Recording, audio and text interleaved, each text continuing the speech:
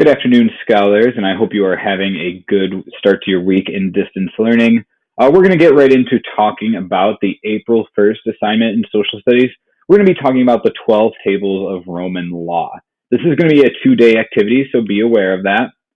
So let's get right into it. Scholars, remember, a government is a person or a group of people who are tasked with making decisions for a civilization. The decisions they make are typically turned into laws, and laws are meant to keep people safe or to benefit the overall civilization in some way.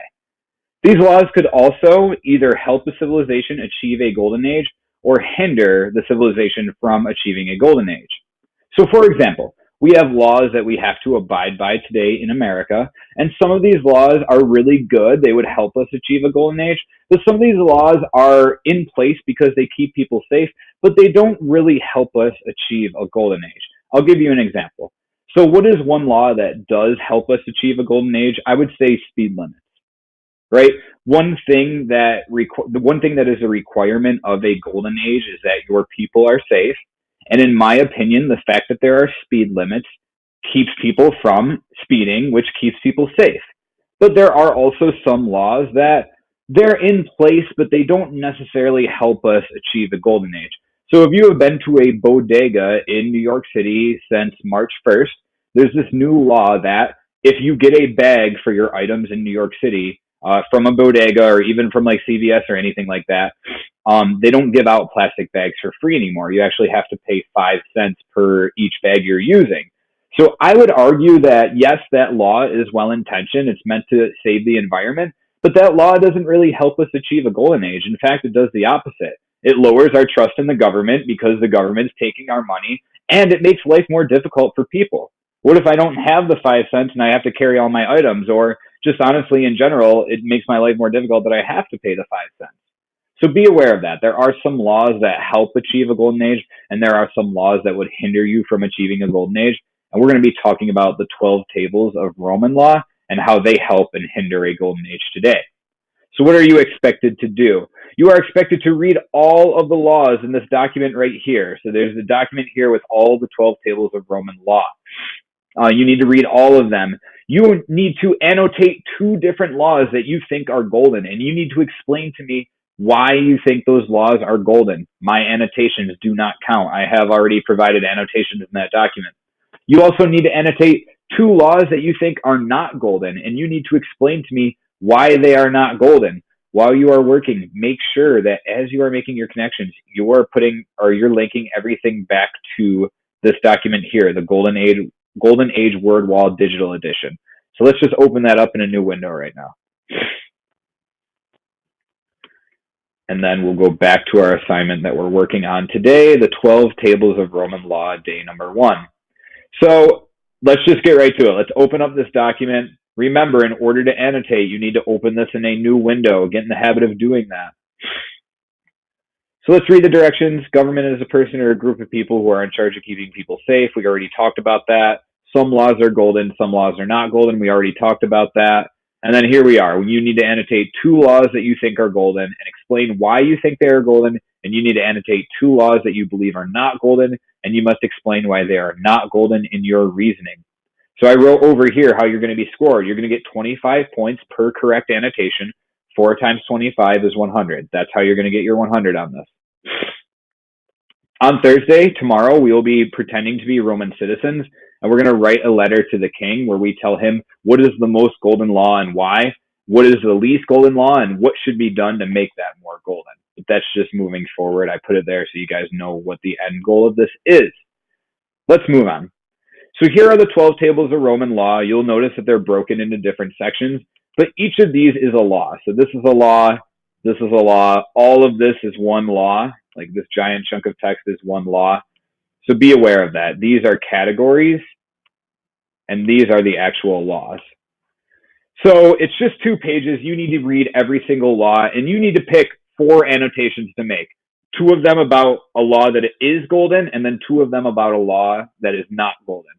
So look what I have done. I'm just going to focus on table number 1. So this is the procedure for courts and trials in ancient Rome or in classical Rome. If he, the plaintiff, summons him, the defendant, into court, he shall go.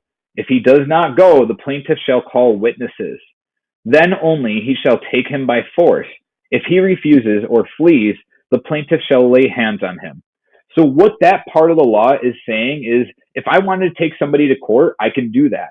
And if they don't show up to court, I can call witnesses to go with me to that person's house, and I can literally grab them from their house and bring them to the court. So look what I have done. I annotated that first part, and I wrote, this is a golden law because it allows a citizen to take another person to court for an issue. I wrote, it's a golden law because it allows people to solve their issues with the help of the government, and this would lead to more trust in the government from the people. So again, I linked it back to having a trustworthy government. Let's go back to the assignment. But it continues on, and I also wrote that this law could not be golden. So let's talk about that. It says, if disease or age isn't an impediment, so it's basically saying if a guy is really sick or if he's too old to go to court, he shall grant him a team of oxen. He shall not spread the cushions of the covered carriage if he does not want to. So what that is saying is, if I try to take somebody to court who's really sick or who is really old and they physically cannot get out of bed to go to court, the Roman government says that doesn't matter. They say that you are still expected to go to court. So for example, if I was taking somebody to court and they were really sick and they couldn't go or they were really old, what I'm expected to do is send them a carriage that's being pulled by horses. And that person is expected to crawl into the back of that carriage, and that carriage will deliver them to the courthouse so that I can press charges against them or whatever it may be. So I wrote, this is not a golden law because some people with diseases are still expected to go to court, even when they are too sick to do so. And I wrote, I need to explain how that's not golden. This is not a golden law because it could threaten the health of citizens who are already sick. In order to have a golden age, you need to have healthy and happy citizens.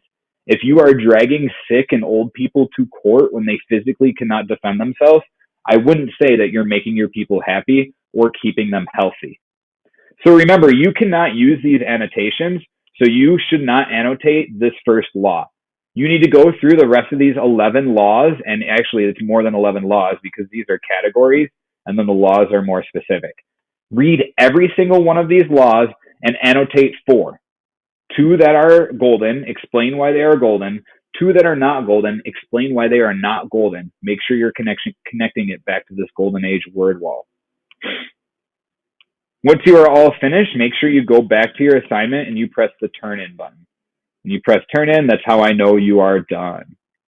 One other announcement. Actually, some of the words that are going to be in this document are going to be difficult to understand because they're, number 1, really old. They come from ancient Rome. And number 2, because they're laws, they're written in legal language.